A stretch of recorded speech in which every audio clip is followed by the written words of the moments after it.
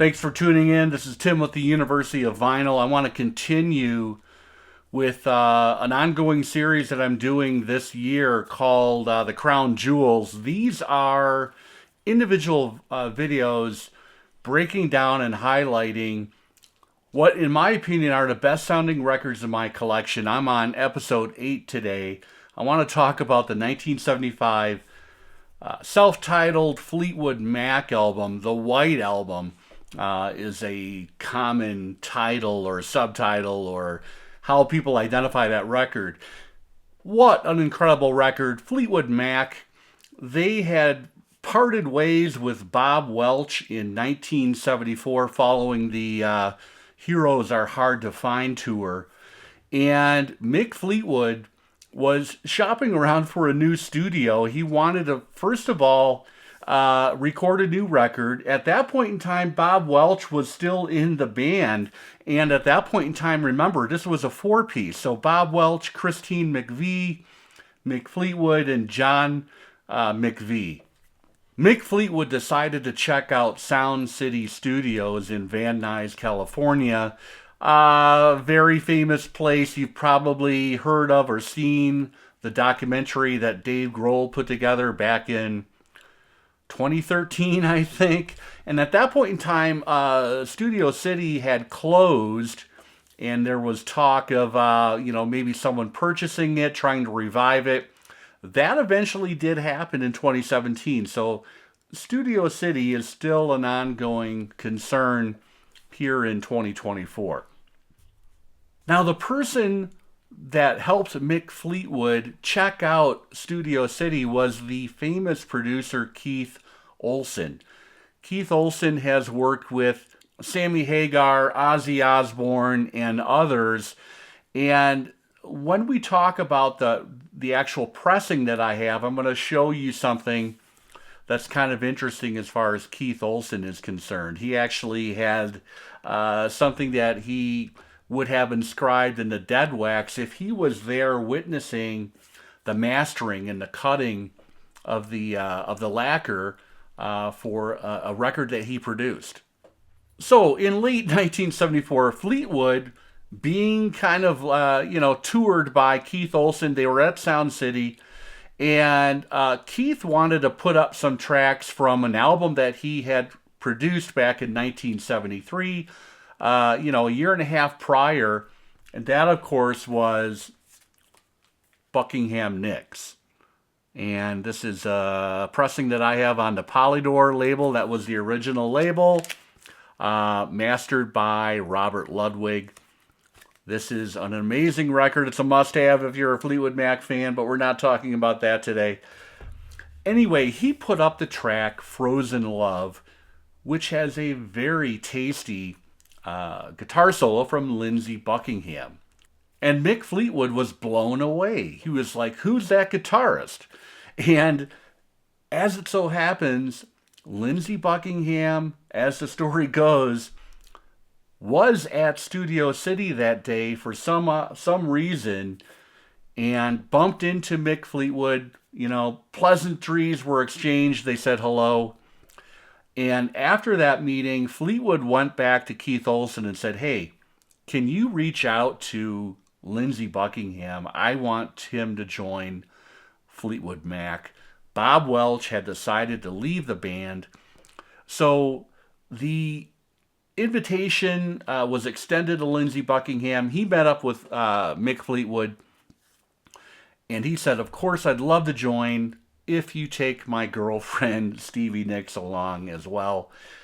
The rest is history. We now had a 5-piece, brand new Fleetwood Mac comprised of John McVie on bass, Christine McVie on Hammond organ and vocals, of course, Mick Fleetwood on drums and percussion, Stevie Nicks on vocals, and Lindsey Buckingham lead guitar and vocals.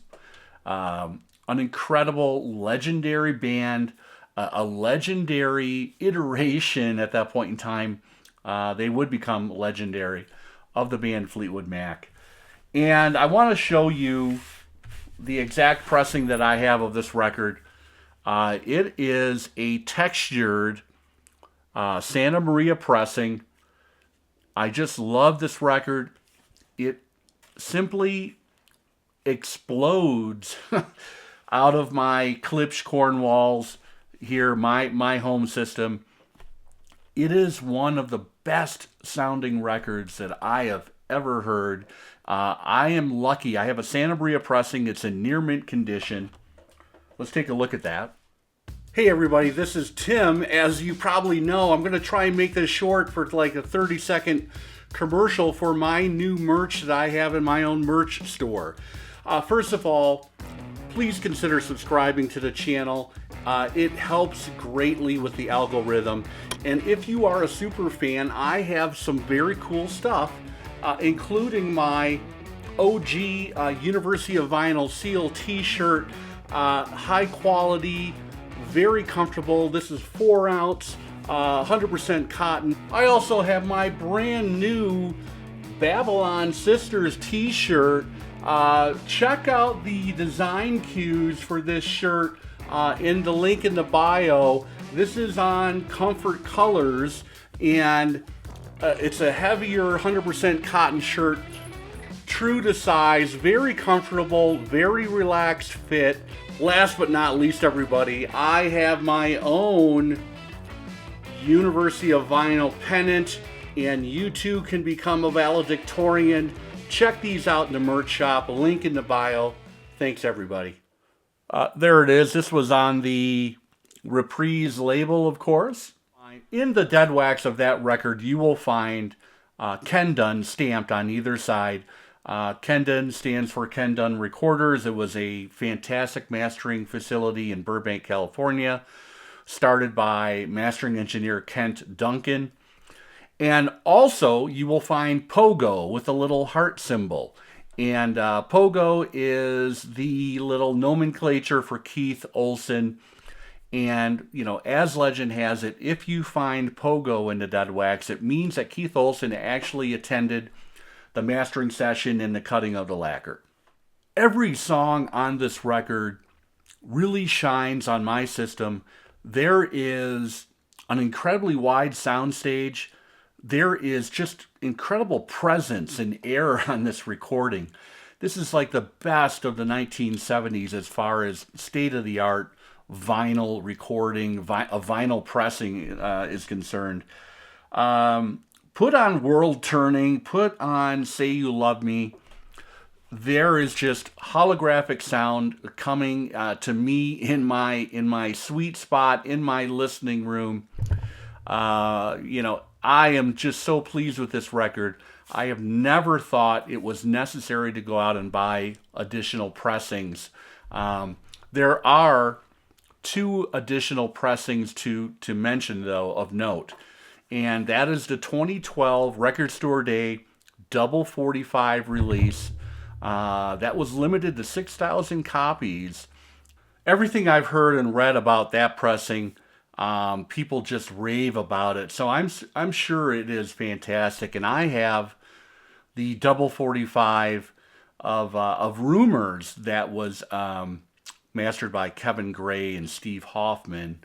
That is just a quintessential copy of the Rumors record. So I'm not surprised to hear all of the accolades for that Record Store Day 2012 Double 45 pressing. Now, there is also a brand new pressing on the scene here in early 2024, and that is part of the Vinyl Me Please Essentials series. They have put out a 33 1/3 pressing of really nice reproduction, and supposedly cut from the analog tapes. And I've seen reviews on that, and people are by and large very appreciative of that pressing. And I will say it's a great thing here in 2024 to have a modern pressing available that people can buy. You know, you can go out and get these Vinyl Me Please issues without belonging to the Vinyl Me Please club. And I'm kind of lucky here in northern Colorado. I actually have Vinyl Me Please pressings that are in stores. So I don't even have to be a member of the club, don't even have to consider doing that. And I can go out and just buy one-offs if I want to. This record was recorded over a 2-month span at the very beginning of 1975, January, February, basically. They performed live for the first time with this new unit, this new reincarnation of Fleetwood Mac in May of 1975. In those first Fleetwood Mac shows, over the course of the next couple of years, they would actually throw in a couple tracks from the Buckingham Nicks record. There you have it, ladies and gentlemen. This 1975 early pressing of Fleetwood Mac is one of the best sounding records in my collection. Check it out if you are at record shows, if you're looking in local shops, what have you. Keep an eye out for this. You definitely need to have a clean copy because, you know, especially like during Landslide and other passages and different songs, you want to have clean, quiet vinyl. I'm lucky that I do have that with this pressing that I have, the Santa Maria pressing. But you should be able to find this for between $25 and $40 in good condition. And it is highly recommended. Thanks, everybody. I will be back soon with another issue, another episode of The Crown Jewels and other stuff. Take care.